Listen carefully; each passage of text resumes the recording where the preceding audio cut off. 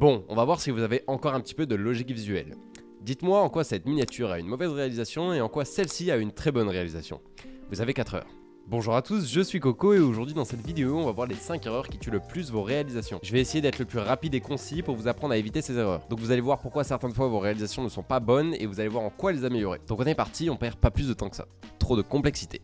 Lorsque vous surchargez un visuel avec trop d'éléments, d'effets, de couleurs ou de polices différentes, cela peut rendre la composition difficile à lire. Optez un design épuré et évitez la surcharge visuelle pour que votre message soit clair et compréhensible. Une miniature doit évidemment être tape à l'œil mais tout se dose. Et entre une miniature surchargée et une autre bien adaptée, on voit tout de suite la différence. Mauvais choix de police. L'utilisation de polices inadaptées peut compromettre la lisibilité et l'esthétique de vos réalisations. Évitez de trop utiliser les polices fantaisistes ou difficiles à lire et privilégiez des polices plus harmonieuses pour un résultat bien plus professionnel. Encore une fois, regardez l'avant-après, il n'y a pas photo.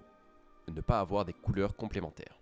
Une réalisation se doit d'avoir un bon jeu de couleurs. Donc il est essentiel de comprendre que la couleur a une importance primordiale dans vos réalisations et l'attrait que va avoir votre miniature. Vous devez à tout prix comprendre les vices de cette manipulation. Donc sur internet vous avez plein de tableaux qui vous expliquent comment ça fonctionne une couleur complémentaire. Donc appliquez-le vraiment à vos réalisations, sans ça vos miniatures perdront clairement du goût. Alors vous allez sûrement me demander pourquoi les couleurs complémentaires ont un effet aussi impactant sur notre cerveau et ça j'en ai vraiment aucune idée. Tout ce que je sais c'est que ça fonctionne. Donc voilà, utilisez-le, ça va changer votre vie.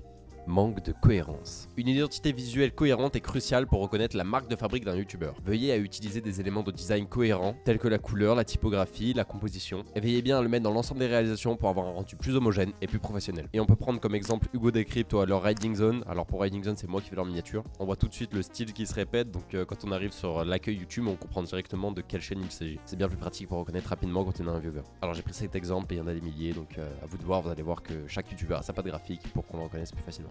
Négliger la lisibilité. Un design créatif peut être magnifique, mais s'il compromet la lisibilité du contenu, il perd tout son objectif. Assurez-vous que tous les éléments clés du message sont facilement lisibles et compréhensibles, en attirant une attention toute particulière à la police et la taille qu'elle va prendre dans votre image. Alors certaines réalisations parfois ne demandent pas de police d'écriture, donc ça vous sauve la vie sur ça, mais parfois la police vient prendre un quart de l'image, il faut savoir la positionner pour avoir un bon rendu. Et pour ne pas gâcher la réalisation qui est le point central de la miniature. Faut toujours se rappeler qu'une miniature est vue en petit, donc faut toujours faire en sorte que les gens puissent la voir de loin, et qu'elle donne toujours envie de cliquer dessus, hein. C'est le but principal d'une miniature, je vous le rappelle. Donc voilà, vidéo terminée, c'était très rapide mais j'avais vraiment envie de la faire. Alors bien sûr je n'ai fait que survoler les erreurs donc malheureusement je ne suis pas allé en profondeur dans les détails. En tout cas pour éviter ces erreurs il va vous falloir beaucoup de tests et beaucoup d'entraînement. A chaque fois je vous le rappelle, prenez bien le temps d'analyser vos projets et de savoir ce que vous allez faire. Faut suivre une ligne directrice pour avoir un bon résultat. Soyez bien sûr toujours attentif aux fondamentaux du design, donc ce qui se passe un peu en ce moment sur le web et ce qui se fait le plus. Donc je vous garantis qu'en éliminant ces erreurs vous allez drastiquement augmenter la qualité de vos réalisations. Ça va augmenter votre confiance en vous pour vendre votre produit et ça vous fera de très belles réalisations. Si la vidéo t'a plu et qu'elle t'a un petit peu aidé, n'hésite pas si t'en as envie à lâcher un like. Tu peux même aller t'abonner si tu souhaites voir toutes les vidéos que je sors chaque semaine. Dans les mois qui arrivent je prépare de très gros projets, donc pour suivre toute l'actualité qui va arriver sur la chaîne, et il y a du très lourd qui arrive parce que je prévois des projets de fou. Mais la cloche de notification c'est très important pour avoir la notif parce que souvent ça bug, donc